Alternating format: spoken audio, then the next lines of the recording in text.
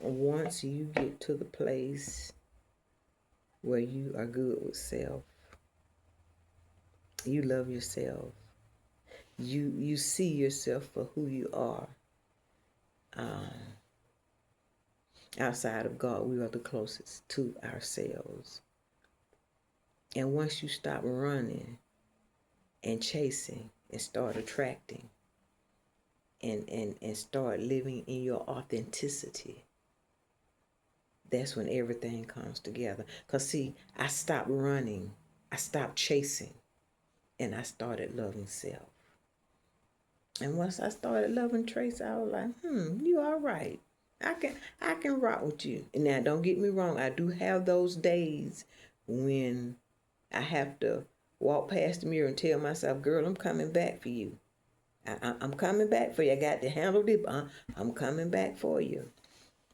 Because we all have those times when we get, I'm not going to say tangled up, but when we have to deal with the things of this world, because we are spiritual beings in an earthly vessel, and we have to deal with those things as they come.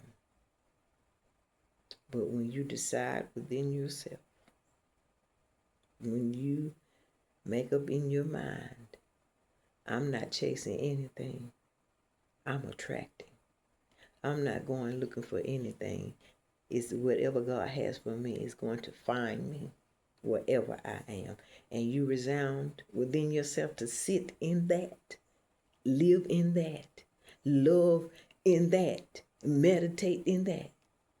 That's when it all comes together and you become one with self and you love yourself.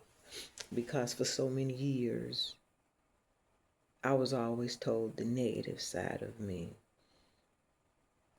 I was told what I couldn't be, what I am not, what I'll never be.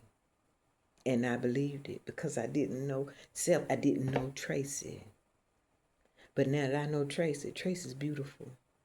She is gorgeous. Tracy sit where no one else can sit. Tracy doesn't compete because there's nobody that can compare to me. Nobody can ever beat me being me. Just like nobody could ever beat you being you. Think about it like this.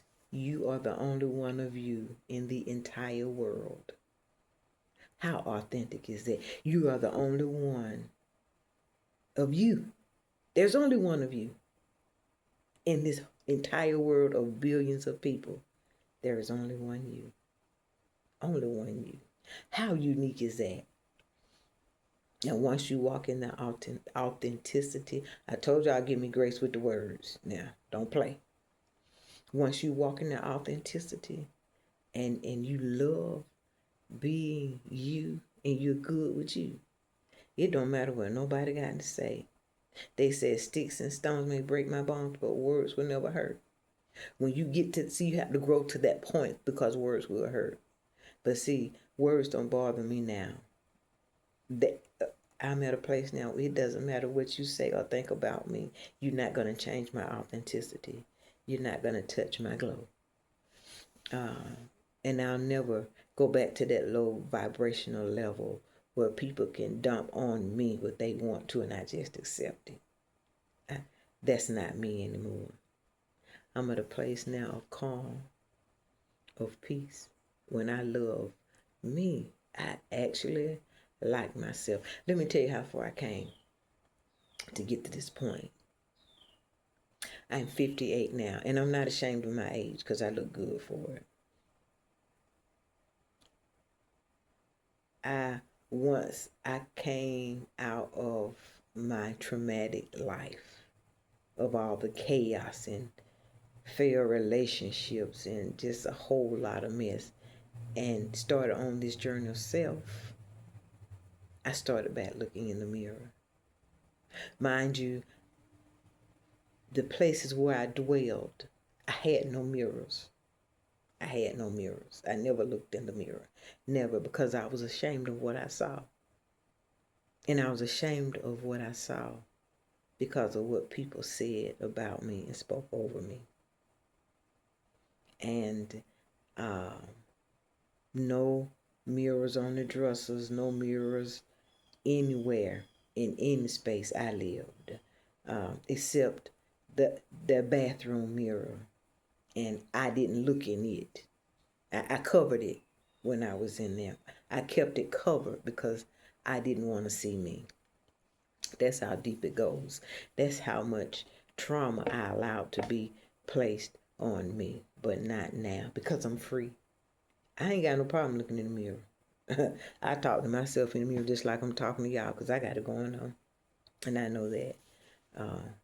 But it took years, years, years, and years of just gradually coming back to me, to the person that I had left behind so long ago, to the person that I didn't even remember that I was, because I allowed others in to sacred spaces that they had no business in. I allowed people that were on the street and should have stayed on the street, I allowed them into my sacred space. I allowed people to cause me to come out of my sacred space and dwell out there in the streets because of what they thought about me, when I should have been in the house, not on the porch, not in the driveway, and definitely not in the street, but I should have been in my own house with self.